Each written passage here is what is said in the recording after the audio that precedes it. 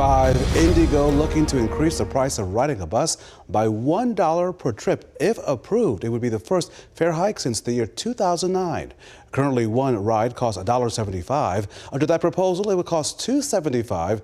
A round-trip ticket will go from $3.50 all the way up to $5.50, right? No changes, though, until approved, and they will not go into effect until January of 2026. I had the chance to sit down with the president and the CEO of Indigo to discuss the proposed pricing, the potential pushback, and the plan to keep Indigo in business.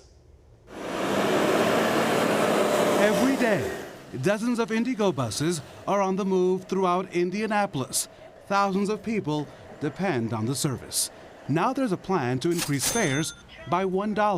That means the current $1.75 charge would be $2.75 per trip. We sat down exclusively with Indigo's president and CEO. Considering the economic climate that we are in, is it fair and is it right at this moment to ask your passengers, your customers, for an increase? We want to be cognizant of the fact that we know this is going to be hard for people. Indigo has not increased bus riding prices in 16 years. In that time period, the cost of everything, from diesel fuel to salaries to maintenance, have all gone up. In fact, the company estimates that the $1.75 started back in 2009, when adjusted for inflation today, would be $2.61. We've made a ton of investment, and the last thing we want to do is cut service, because when you cut service, it just becomes less useful for people. In 2016, Marion County taxpayers did approve a tax referendum to support Indigo. In the past 9 years, those dollars have funded the expansion of the rapid transit services, such as the blue, red, and purple lines, as well as new routes.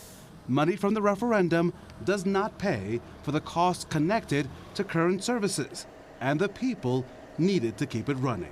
And I know everybody is having to put up with these price increases all over the place, and we hate that it may feel like we're piling on. We hate that, but again, I just feel like it is time to have the conversation. I feel like it's our responsibility. After 16 years, we can't put it on to the people that come behind us. I believe that the city of Indianapolis wants world-class transit. I think people really do understand that in order to be a world-class city, we need to provide world-class transportation options. This is a big issue, so what is next? There will be a number of community meetings to get your reaction and your input. And no one is making threats, but service cuts are a sure thing if nothing is done in this cycle. The Indigo board is set to make a final decision on the dollar plan, or whatever plan they want, in August.